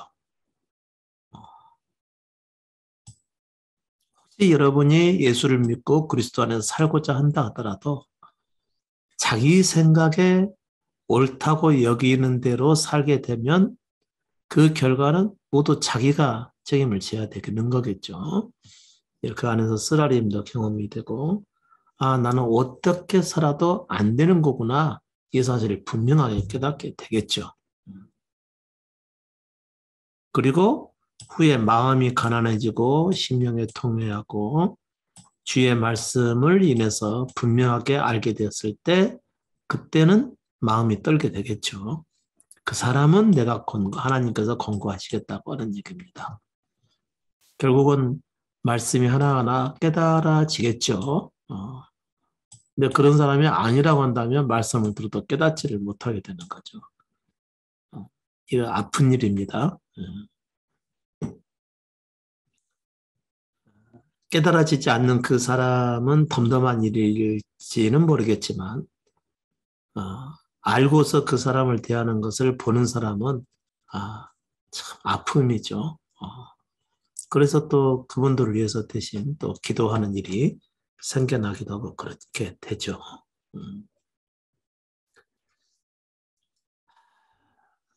여러분, 혹시라도 나는 마음에 가난해진 게 없다 그러시면은요, 여러분은 주님을 향해서 기도하실 때 있겠죠. 그 가난함이 뭔지는 잘 모르겠지만, 제게도 그런 마음을 달라고.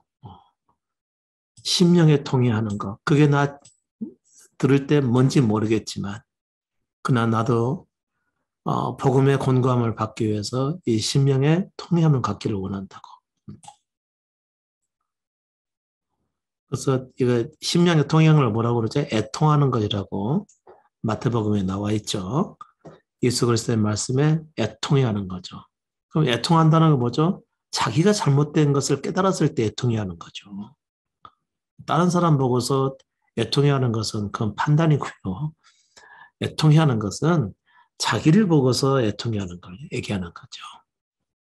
내가 잘못됐구나. 나는 옳다고 살아왔었는데 그게 문제였구나. 그리고 자기가 살기를 내려놓는 거죠. 자기가 살도록 되어 있는, 자기가 사는 사람들이 그 자기가 살기를, 복음을 듣고 자기가 살기를 내려놓게 되면 그 사람은 복음을 향해서 살아가게 되어 있는 것이라는 거죠. 그러면 자기가 사는 것이 뭔지 여러분 혹시 아시겠습니까? 자기가 사는 거. 우리 인조에서 나누어지는 말씀의 의미들을 여러분 조금 좀 아셔야 됩니다. 그렇지 모르면은 통하지가 않으니까. 자기가 사는 게 뭐지? 이렇게 물으신 분은 그 복음을 들어도 잘 깨닫지를 못하게 되는 거죠. 그래서 제가 이런 말씀을 드리는 것이죠. 하나님을 의존하면서 살도록 창조된 사람이 자기 원하는 대로 자기 뜻대로 판단하고 자기를 위해서 살아가는 것. 이게 자기가 사는 것이죠. 그러면 하나님으로부터 추방된 자기 존재를 버리는 일도 없을 테니까 여전히 육식 가운데 살다가 어떻게 되는 거죠? 흙에서 왔으니 흙으로 떠나가게 되겠죠. 창세기 보면은 그렇게 나와 있죠. 아담이 범죄한 이후에 하나님께서 그를 저주하시는데 네가 얼굴에 땀이 흘러야 식물을 먹고 쉽게 먹어지는 게 아니죠. 필경은 흙으로 돌아가거니 죽게 될 것이니 그 속에서 네가 취함을 입었음이라. 너는 흙이니 흙으로 돌아갈 것이니라 하시니라. 이것은 범죄한 모든 사람이 받을 말이겠죠. 아담의 저주를 받은 사람들이 그러니까 자기를 위해서 살다가 끝내는 그냥 흙으로 돌아가는 거죠. 왜요? 그 안에 하나님이 계시지 않으니까. 하나님이 계시지 않다고 해서 하나님을 부르지도 않거나 또 하나님 앞에 기도하지 않거나 하나님 말씀대로 살려고 하는 의지도 없다거나 이런 걸 의미하는 게 아닙니다. 하나님은 어떤 사람에 오시는 거죠? 예수 그리스도의 죽음을 내가 살아봐야 결국은 그것이 죽음의 결과밖에 아니구나. 그래서 십자가 형벌을 내가 받게 되어 있구나. 이 사실을 깨닫고 그리스도의 죽음은 곧 나의 죽음이었구나. 이 사실을 깨닫고 내가 살기를 내려놓고 그치는 거죠. 그리고 나를 인도하시는 예수 그리스도를 따르는 것이죠. 이걸 이제 믿음이라고 얘기를 하는 거죠. 이게 믿음의 시작이죠. 그러면 이 사람은 아직 하나님을 소유하고 있지는 않지만 하나님을 소유하기 위해서 그리스도를 따르고 있잖아요. 이런 사람들은 지금 하나님께서 공급하셨기 때문에 가능한 일이라는 것이죠. 그러고 나서 결국은 자기 안에 누구를 모시게 되죠? 하나님을 모시게 되는 거죠. 그리스도의 은혜로 말이죠. 물론 그리스도의 영일 수도 있죠. 예수 그리스도의 영, 곧 하나님의 영.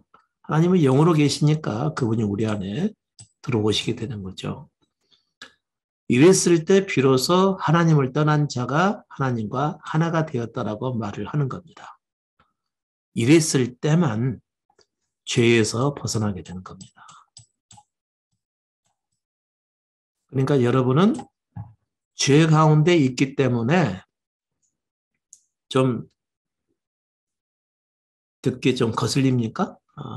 죄도 안 졌는데 자꾸 죄인이라는 거 제가 말씀을 드리니까. 여러분께서 기분 나쁘시다면 죄를 악으로만 생각하기 때문에 그런 거죠. 제가 말씀드린 죄는 아까 처음에 저 시간에 말씀드렸어요. 하나님이 없는 상태, 하나님을 떠난 상태. 하나님을 떠난 사람이라도 선하게도 살 수 있고 어렵게도 살 수가 있어요. 근데 사람들 사이에서는 그렇게 인정을 받아도 하나님께는 아니라고 그랬습니다. 여기서 말하는 제가 죄라고 얘기하는 것은 하나님 앞에서의 죄를 의미하는 것이죠. 그러면 언제 이 죄가 해결되느냐? 거룩하신 분이 내 안에 들어오셔서 나의 전부가 되어주시는 그때 나의 죄 문제가 해결되는 것입니다. 그러기 전까지는 죄를 안 지을 수가 없습니다. 적게 지을 수는 있어도 죄를 안 지을 수는 없겠죠. 그러니까 죄를 얼마큼 지느냐 이거 헤아릴 필요가 없다는 것이죠. 그래서 오늘 거듭나기 위해서 죄와 상관없이 그분을 바라는 것. 이게 우리의 믿음이 되는 것이죠. 어차피 육신의 생명 안에서 살아가는 것이기 때문에 죄는 죄이나 그러나 적은 죄 가운데 거하면서 그분의 긍휼을 구하고 그분의 인도하심을 따르는 것. 이게 이제 믿음의 과정이니까요. 그걸 통해서 자기 존재의 죽음에 이르게 되고 위로부터 하나님이 우리 안에 들어오셔서 우리와 하나가 되는 그때에 비로소 우리는 죄가 무엇임을 온전히 깨닫게 되고 죄로부터 벗어나게 되는 것입니다. 그렇다고 해서 이 사람이 육신 안에 머물러 있는 동안 육신에 상관된 죄를 전혀 짓지 않느냐? 그런 건 아니죠. 아직 죄의 습관들이 남아있는 것도 있을 수 있고 또 일시적으로 육신을 선택할 수도 있으니까 지을 수도 있는 문제지만 그러나 하나님께서 보실 때는 아니라 그런 얘기인 거죠. 하나님은 그의 영을 보시니까. 그러면 하나님께서 육신으로 짓는 죄는 아예 모른 채 하시느냐? 그런 건 아니죠. 육신 혹시 죄를 짓게 되면 그 대가는 받아야 되겠죠. 영은 아니라 그런 얘기인 거죠. 자, 그 다음에 창세기 1장 31절 아니 창세기 3장 19절 방금 봤나요? 그리고 2장 17절 말씀 볼까요? 여호와 하나님이 그 사람에게 명하여 가라사대 때 동상 각종 나무의 실과는 네가 임으로 먹되 선악을 알게 하는 나무의 실과는 먹지 말라. 네가 먹는 날에는 정령 죽으리라. 근데 우리는 이미 선악을 알게 하는 실과를 먹은 아담의 생명을 타고났기 때문에 내가 먹지 않았어도 이미 먹은 채로 태어나게 된 것입니다. 이게 이제 우리의 원한이 되는 것이겠죠. 내가 짓지도 않았던 죄를 나는 이미 죄인이라고 하는 생명을 가지고 세상에 태어나는 것이죠. 대신에 뭐가 있죠? 죄 없는 모습으로 그냥 살다가 가는 게 영원히 흙으로 가는 게 아니고 단지 죄인의 생명을 받아서 세상에 났기 때문에 죄인의 생명을 하나님의 말씀을 듣고 버리기만 하면 하나님과 같은 존재로 오르게 된다는 것이 이제 복음인 거죠. 하나님의 생명과 같은 생명을 소유하게 됩니다. 아니, 하나님을 생명으로 소유하면서 그 사람은 오직 하나님을 의존하며 살도록 되어 있기 때문에 그런 겁니다. 그것을 가리켜서 우리는 창조의 완성이라고 얘기를 하는 것이죠. 참 복음을 경험하고 깨닫게 된 사람, 하나님을 소유한 사람은 오직 그분을 의존하며 살도록 되어 있다는 거죠. 결국은 하나님께서 창조하셨던 그 본래의 취지에 맞는 사람이 된 것이겠죠. 그를 가리켜서 창조가 완성된 사람이라고 얘기를 하는 것이고요. 하나님께서 계획하셨던 그 사람이 맞는 것입니다. 그 사람이 되면 자기를 보고 만족을 하게 되죠. 그러나 자기를 결코 높이지는 않습니다. 왜냐하면 하나님의 마음을 소유하고 그리스도의 마음을 소유했기 때문에, 하나님의 성품과 그리스도의 마음을 소유했기 때문에 결코 자기를 높이는 법이 없어요. 혹시 비난을 받다 하더라도 변명하려고 힘쓰지 않고요. 예수님처럼 말이죠. 혹시라도 남으로부터 손가락질을 받고 판단을 받는다 하더라도 본인 스스로 그것을 만회하기를 힘쓰려 하지 않고 오직 주어진 삶을 묵묵히 살아가게 되겠죠. 누가 알아주든지 알아주지 않든지 예수께서 사셨던 것처럼 말이죠. 그리고 하나님에게서 나타나는 성품을 흘려보내시겠죠. 그리고 그는 영원한 나라를 향해서 이 세상에서는 나그네가 되어서 살겠죠. 그러나 또 한편으로는 새하늘과 새 땅 안에 있는 자이겠죠. 복음이 뭔지 여러분 좀 아시겠어요? 저는 오늘 그 복음을 죄라고 하는 입장에서 지금 이렇게 여러분에게 설명해 드리고 있는 것입니다. 죄. 그러니까 하나님을 의존하며 살도록 되어 있는 자가 하나님을 떠난 상태에 있기 때문에 떠난 그 상태가 죄라는 거죠. 그래서 여러분은 하나님을 의존하지 않고도 스스로 판단하고 결정을 해서 여러분의 삶을 살아가게 돼 있는데 그게 곧 자기의 삶이라는 거죠. 그러나 복음은 뭐냐면요. 그렇게 살아가는 사람들의 반드시 마음이 가난하게 되고 하나님께서 부르시면 심령이 통회하게 되고 그분의 말씀을 인해서 내가 잘못 살았구나 하면서 이제 심령이 떠는 이런 결과를 가져오게 되는데 그들이 복음을 받아들였을 때 철저하게 자기가 살기를 내려놓고 그리스도로 살기 위해서 철저히 그분을 바라보고 살게 되어 있다는 그 얘기입니다. 그런 과정 중에서 여러분께서는 한 가지 이제 이 땅에서의 삶을 제가 잠깐 언급을 좀 해드릴 것이 있네요. 몇 가지로 좀 지우고요. 창세기 1장 31절에 보게 되면요. 하나님의 그 지으신 모든 것을 보시니 보시기에 심히 좋았더라. 저녁이 되며 아침이 되니 이는 여섯째 날이니라. 하나님께서 엿새 동안에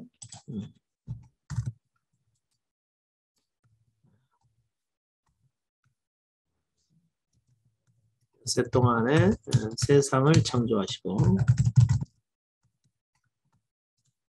보니 세상을 창조하고 보니 어떻게 했다고 그랬죠? 모든 것을 보시니 보시기에 심히 좋았다라고 그랬습니다. 심히 좋았다. 그냥 좋은 것도 아니고요. 심히 좋았다 그랬습니다. 여러분은 세상 보실 때 하나님이 창조하신 세상 보실 때 어떠세요?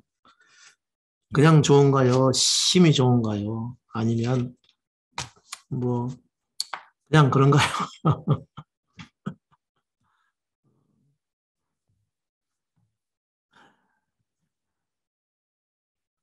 하나님이 세상을 창조하신 것은 이미 심히 좋게 창조하신 것이죠.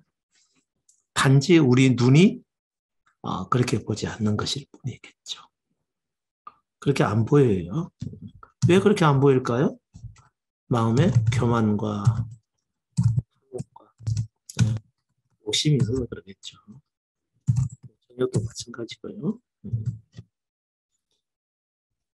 타락해버린 마음을 소유한 사람은 하나님께서 여섯 동안 세상을 창조하시고 그분은 보실 때에 당신이 지으시고 당신이 지으신 세상을 보실 때 너무 좋았다고 그랬습니다. 아주 심히 좋았다고 그랬어요. 근데 우리는 봐도 별로 안 좋아요. 가자. 밖에 날씨도 너무 좋고 햇볕도 좋고 바람도 좋고 하나님의 지어진 세상 하늘을 보니까 좋고 모든 만물을 비춰주는 태양이 있어서 좋고 이 모든 것이 있는 그들은 너무 좋게 느껴지면은 이건 그분의 눈으로 어느 정도 지금 보이는 거겠죠. 그런데 내가 사는 것이 먼저 우선이잖아요. 그러면 안 보이게끔 되어 있습니다. 심히 좋아도 심히 좋다는 것을 느낄 수 없도록 우리의 마음이 이미 다른 것에 가 있다는 것이죠. 그것은 교만, 마음의 탐욕, 욕심, 이와 같은 것이 우리의 마음에 있어서 더럽혀진 상태에 있기 때문에 있는 것을 있는 그대로 보지 못하게 되어 있다는 것이죠. 저는 예전에 아마 이런 복음을 알지 못하고 이제 당시에 그 뭐 성령 체험인가 뭔가 하는 그런 성령 체험을 어느 기도원에 가서 기도하다가 이제 경험을 하게 되고 내려오는데 참 세상에 굉장히 아름답대요. 아름답다고 생각을 했는데 그렇다고 해서 하나님의 눈으로 세상을 본 것은 결코 아니었었습니다. 왜냐하면 그 이후에 세상을 저주하기도 하고요. 잘 안 풀리니까. 그리고 긴장과 불안함과 초조함이 있었고 항상 무슨 일을 시작하면 잘 될까 하는 걱정에 휩싸이게 되고요. 내가 지금 이렇게 산다 해도 나중에는 어떻게 될까 걱정에 붙들려 있고요. 그리고 내가 원하는 대로 돼야 되는데 원하는 대로 되지 않으니까 그것 때문에 성화를 부르게 돼 있고 마음의 흡족함이 없고요. 항상 쫓기는 삶을 살고 그렇게 살아왔던 것이죠. 그러니 안 보이는 것이죠. 여러분 이제 좀 있으면 봄이 오잖아요.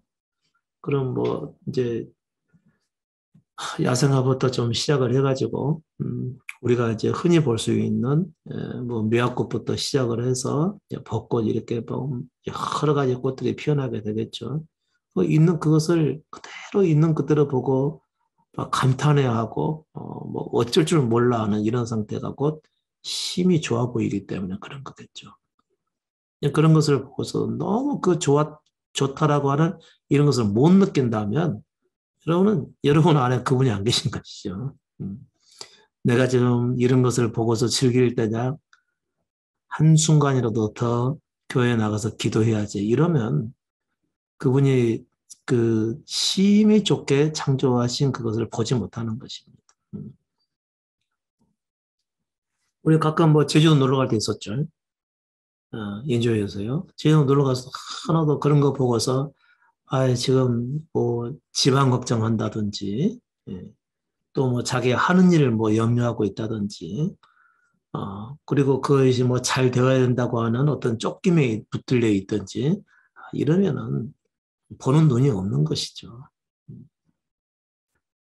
아무것도 아닌 만물도 있는 그대로 두고도 하나님께서 보고 아름답다고 하는데 하나님께서 우리에게 생명을 주시기 위해서 복음을 들리시고 그 복음 안에서 살고자 하는 우리를 얼마나 더 기쁘게 여기시겠어요.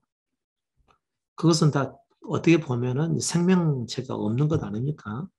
또 어차피 다 뭐 죽어나갈 건 만물이니까. 근데 우리는 다르잖아요. 복음의 말씀을 듣고 영원히 살아가야 될 존재이고 또 하나님께서 정말 주고자 하는 것이 뭐죠? 자기 자신이잖아요. 자기 자신을 그에게 주고 싶어서 못 견뎌 하신 분이 그분이신데 그분의 말씀을 우리가 전적으로 받아들여서 그 안에서 살고자 자기에게 속해 있는 모든 소유와 권리를 다 내려놓고 그 말씀을 따라가는 중에 재주를 갖는데 사는 걱정하고 있다고 한다면 이건 답답할 노릇이죠.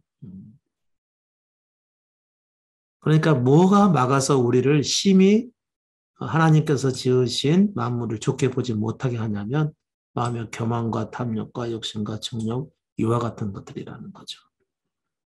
하나님께 속한 자가 하나님의 눈으로 세상을 보면 심히 좋게 보이는데 이미 타락하고 더럽혀진 마음으로 세상을 보니까 그렇게 좋게 보이지 않는다는 것이죠.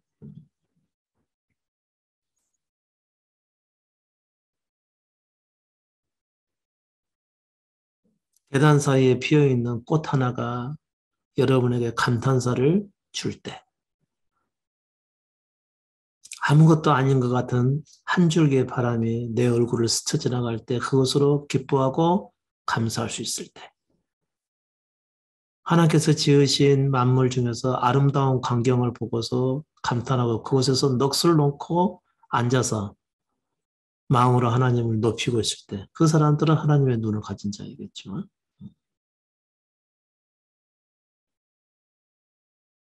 어떻게 보면 정말 하나님이 여섯 동안 세상을 창조하시고 그 창조물들을 아름답게 하신 것을 가장 많이 누리는 사람들이 어떤 사람들일 것 같아요? 어떤 사람이 제일 많이 누릴까요? 하나님이 지으신 세상을 심히 좋게 보신 그 세상을 가장 많이 누리는 사람. 누구 같아요? 물론 이제 복음을 받아들이고 하나님을 소유한 사람들은 뭐 당연히 좋고요. 그렇지 않다 하더라도 그것을 느끼고 좋아하는 사람들. 사진 찍는 사람들이죠. 네. 가장 아름다운 시간대에 가서 그 세상을 보고서 감탄하면서 그 사진을 한 컷을 자기의 영상에 딱 남기기 위해서 가는 사람들. 이 사람을 정말 그 좋은 광경을 볼 때마다 그것을 기록을 해두게 되는 거죠. 여러분 같은 인터넷에서 정말 훌륭한 사진 하나씩 올라오게 되면 아주 감탄사 나지 않습니까? 그런 것처럼요. 아마 제일 누리는 사람들이 그런 사람들일 거예요. 아마. 사진 찍을 줄은 모르셔도 여러분 다 카메라 한 개씩 다 가지고 있지 않습니까? 살다가 멋진 장면, 꼭 멀리 가서 뭐 아름답게 생겨 이런 거보다도 뭐 여러분 아파트 주변이나 여러분 집 주변에서 피는 아주 작은 꽃 하나 내가 봤을 때 감동스러우면 찍어도 아름답게는 안 보이더라도 그 의미가 있는 것 아니겠어요? 그 의미 있는 것을 가지고 자기 가까운 사람들께 함께 나누고 나 이렇게 좋았다라고 이게 얼마나 하나님 보실 때에 큰 믿음이겠어요. 여러분은 그게 믿음과 아무런 상관이 없게 생각될지는 몰라요. 뭐 그까짓 거 가지고 그러냐고 이렇게 하실 수가 있는데요. 아니에요.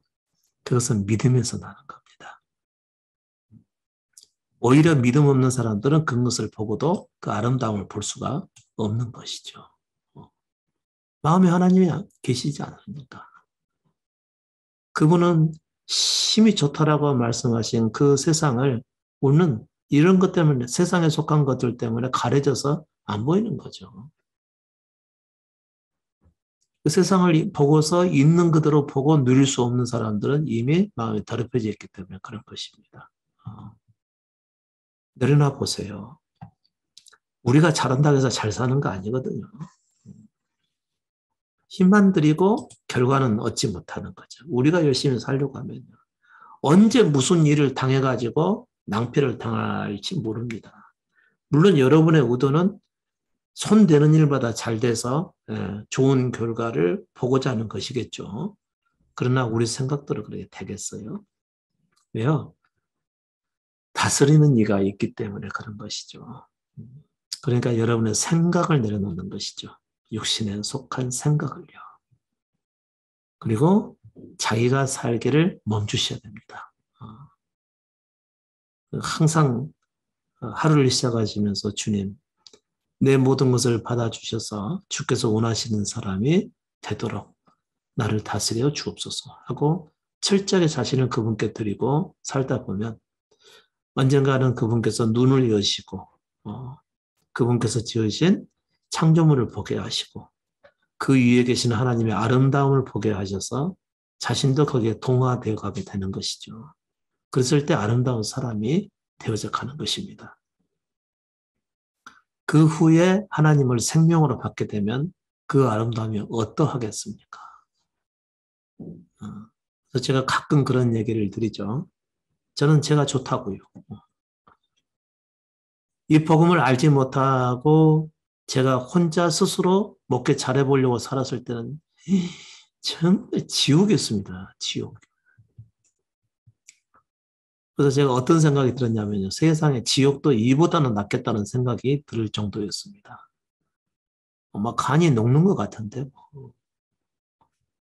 진짜 지옥이 있다 하더라도 이보다 지옥은 없을 거라는 생각이 들 정도로 힘들었었어요. 그리고 제 자신이 얼마나 더 미웠겠습니까? 사는 게 싫었었죠. 그러니까 뭐 죽으려고 그랬겠죠. 죽고자 하는 마음이 막 생겨났었죠. 근데 복음 안에서 그분을 발견하고 내 내면에서 만져지는 순간, 완전히 달라진 거죠. 그때서부터 눈이 열리고요. 생명에 있는 작은 생물을 본다 하더라도 이것은 아름답게 보이는 것이죠. 그와 같은 것들도 그 미물들도 하나님을 잘 모르며 살아가지만 그렇게 평화롭게 아름답게 살아가는데 하물며 이 복음을 받아들고 그 안에서 살아갈 때 고난과 또 역경과 또 연단과 어려움과 이런 일을 당하더라도 마음으로 하나님을 향해 있는 사람을 하나님께서는 얼마나 기뻐하시겠냐는 얘기죠. 내가 비록 굉장히 심적으로 힘들고 어렵지만 그래도 하나님께서 주신 자연을 보고 경험하고 느끼니 참 좋다라고 같은 마음을 품게 되면 그게 굉장한 믿음이 되는 거겠죠. 그렇다고 해서 뭐 밥이 나오냐, 뭐 떡이 나오냐 그런 사람들하고는 얘기하지 마시고 말이 안 통하잖아요, 그것은. 근데 그게 믿음이에요.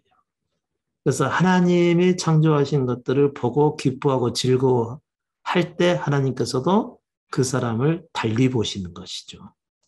달리 보시고 마음을 낮추고 하나님을 전부로 여길 때 하나님께서는 그 사람의 고난을 빨리 감하시겠죠.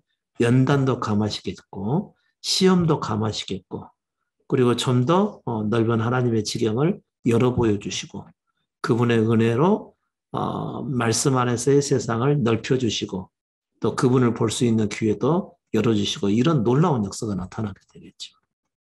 그러면 자신을 낮추실 수 있기를 바랍니다. 자기가 살아가면요 보이지 않습니다. 그러나 자기가 살기를 내려놓고 주를 따라 그분의 말씀 안에서 살기를 힘쓰고 제가 여러분에게 그 수요일에 올려드렸던 글처럼 수요일에 올렸나요? 그 글처럼 경건한 삶에 힘쓰다 보면요. 정말 그리스도를 볼 수 있는 눈이 열리게 되고요. 진리 안에서의 삶이 깨달아져서 하나님을 높이고 믿음 안에서는 강한 자가 되어가게 되는 것이죠. 그의 삶의 마지막은 반드시 십자가를 통해서 그리스도가 생명으로 임하시게 될 것입니다. 그분이 복음으로 권고하셔서 깨닫게 하시고 인도해 가시는데 어찌 그 결과가 나오지 않겠습니까? 여러분 이 믿음 안에 꾸준히 거하실 수 있기를 바랍니다. 우리의 모든 문제는 우리 내면에 있습니다. 죄인의 생명을 가지고 이 땅에 살아가면서 자기가 잘 되기를 원했을 때는요. 모든 것이 가려져서 보이지 않게 될 것이고 또 그분과도 여전히 거리감이 있게 되겠죠. 그러나 모든 걸 내려놓고 주께서 행하실 것을 신뢰하시고 따라가시다 보면 하늘에 속한 영광이 여러분 가운데 반드시 임하게 될 날이 있을 것입니다. 이 믿음을 끝까지 경주하시게요. 오늘은 여기서 마치겠습니다.